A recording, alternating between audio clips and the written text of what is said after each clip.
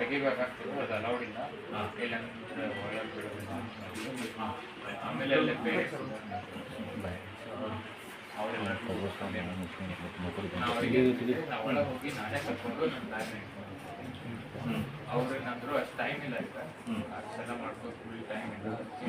ಅವ್ರು ಒಂದು ಸೀಸರ್ ಬೇರೆಯವ್ರದ್ದು ಏನಾದರೂ ಅವ್ರದ್ದು ಕಟ್ಟಿ ಕೈದು ಅಥವಾ ಇನ್ನೇನಾದ್ರು ತೆಗೆದಿದ್ದು ನೋಡಿದ್ಯಾ? ನೋಡಿಲ್ಲ, ಆದರೆ ನನಗೆ ಹೇಳಿದ್ದಾರೆ. ಕರ್ನಾಟಕದಲ್ಲಿ CET ಪರೀಕ್ಷೆ ನಡೆದಂಥ ಸಮಯದಲ್ಲಿ ಕರ್ನಾಟಕ ಕಾಂಗ್ರೆಸ್ ಸರ್ಕಾರ ಬಹಳ ದೊಡ್ಡ ಅಪರಾಧವನ್ನು ಮಾಡಿದೆ. ಮೌಖಿಕವಾಗಿ ಒಂದು ಸೂಚನೆಯನ್ನ ಇಡೀ ರಾಜ್ಯಾದ್ಯಂತ ಕೊಟ್ಟಿದ್ದಾರೆ ಅಂತನ್ನುವಂತಹದ್ದು ಒಂದು ಸಂಶಯ ಬರ್ತಾ ಇದೆ.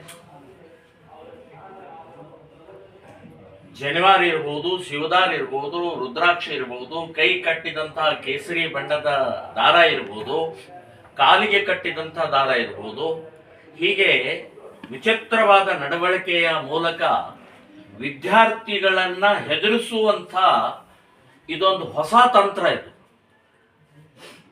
ನಾನು ಹೇಳ್ತೇನೆ, ಕಾಂಗ್ರೆಸ್ ಸರ್ಕಾರ ವಿದ್ಯಾರ್ಥಿಗಳಲ್ಲಿ ತಾರತಮ್ಯ ಮಾಡಬಾರದು, ವಿದ್ಯಾರ್ಥಿಗಳನ್ನು ಹೆದರಿಸುವಂತಹದ್ದು ಮಾಡಬಾರದು.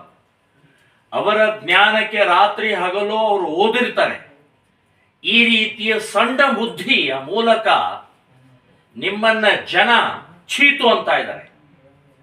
ಸೊ ಜನವಾರ ತೆಗೆಸುವಂತಹದ್ದು, ಕಟ್ ಮಾಡುವಂತಹದ್ದು ಅಕ್ಷಮ್ಯ ಅಪರಾಧವನ್ನು ಮಾಡಿದ್ದಾರೆ ನೀವು.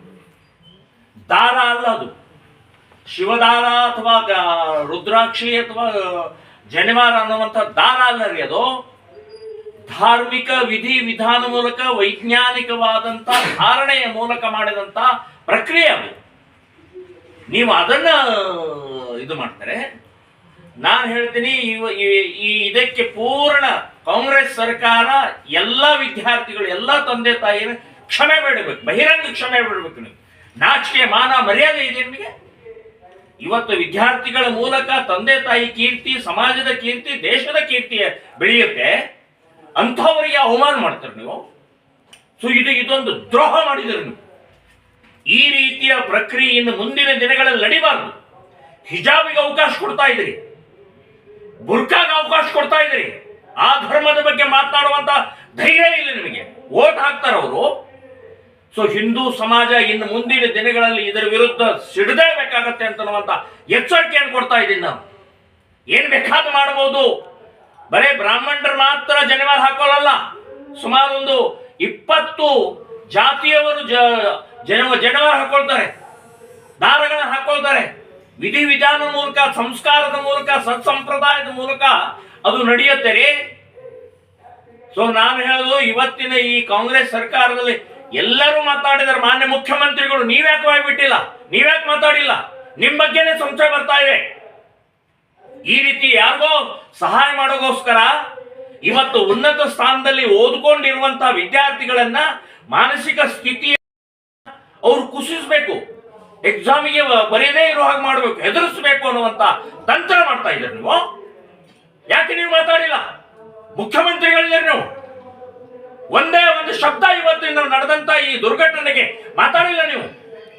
ಮಾತಾಡಬೇಕು ನೀವು, ಕ್ಷಮೆ ಕೇಳಬೇಕು ನೀವು. ಇಲ್ಲಾಂದ್ರೆ ಲಕ್ಷ ವಿದ್ಯಾರ್ಥಿಗಳ ಶಾಪ ತಟ್ಟುತ್ತೆ ಅಂತನ್ನುವಂಥದ್ದು ಈ ಸಂದರ್ಭದಲ್ಲಿ ಹೇಳ್ತಾ ಇದ್ದೀನಿ. ಇದನ್ನ ನಾನು ಖಂಡಿಸ್ತಾ ಇದ್ದೀನಿ, ವಿರೋಧಿಸ್ತಾ ಇದ್ದೀನಿ. ನಾವು ಕೂಡ ಇದನ್ನ ಕೋರ್ಟಿಗೆ ಹೋಗೋದನ್ನ ನಿಶ್ಚಯ ಮಾಡ್ತೀವಿ.